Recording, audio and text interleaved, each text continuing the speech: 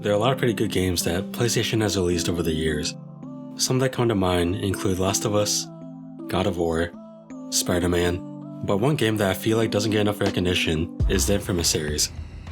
So for those that don't know, the Infamous series launched in 2009 and was developed by Sucker Punch Productions, who also made amazing games such as Sly Cooper and Ghost of Tsushima. With Infamous, it's an open-world action game where you play as a conduit who are these people with special abilities such as lightning or fire. In the first Infamous game, you'll learn about the origin of conduits as you play the story as Cole McGrath, who at first was just a regular guy, but later would find himself at the center of a giant explosion while also having new lightning abilities. You roam around a dystopian city that is suffering from widespread crime and disease, and have to fight through multiple enemies to reach your end goal. I won't go too in depth on the story, but basically you're trying to find out what caused the explosions and why you were the only one to get powers. Throughout the story, you'll learn more about how to use your lightning abilities, and also be given the choice to be a hero or a villain through the game's karma system. Now what I like about these games is that unlike other stories, where people usually look up to the guys with superpowers, with Infamous, you're seen as an outcast and the source of everyone's problems. Right away this gives a player motivation to either show people that you aren't a bad person, or motivation to get revenge for being treated like a monster. I think out of all the Infamous games, the first one is definitely my favorite. The dark and depressing atmosphere of Vampire City is something that makes this game really stand out from the rest. The lightning abilities also look and feel awesome to play with. With Infamous 2, you continue your story as Cole and have to further evolve your powers as you prepare to fight the world-ending threat of the Beast. The story takes us to New Mirai, which is a lot more lively than what we had in the previous game.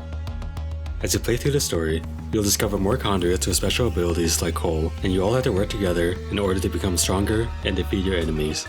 Compared to the last game, the graphics, combat, and general gameplay have improved.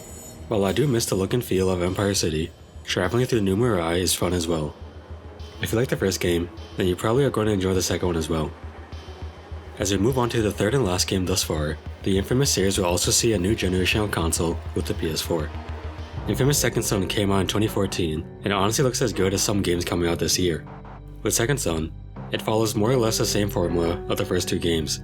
You play an open world as a conduit and have to show people what kind of person you are through the choices you make, but instead of playing as Cole, you play as Delsin Rowe.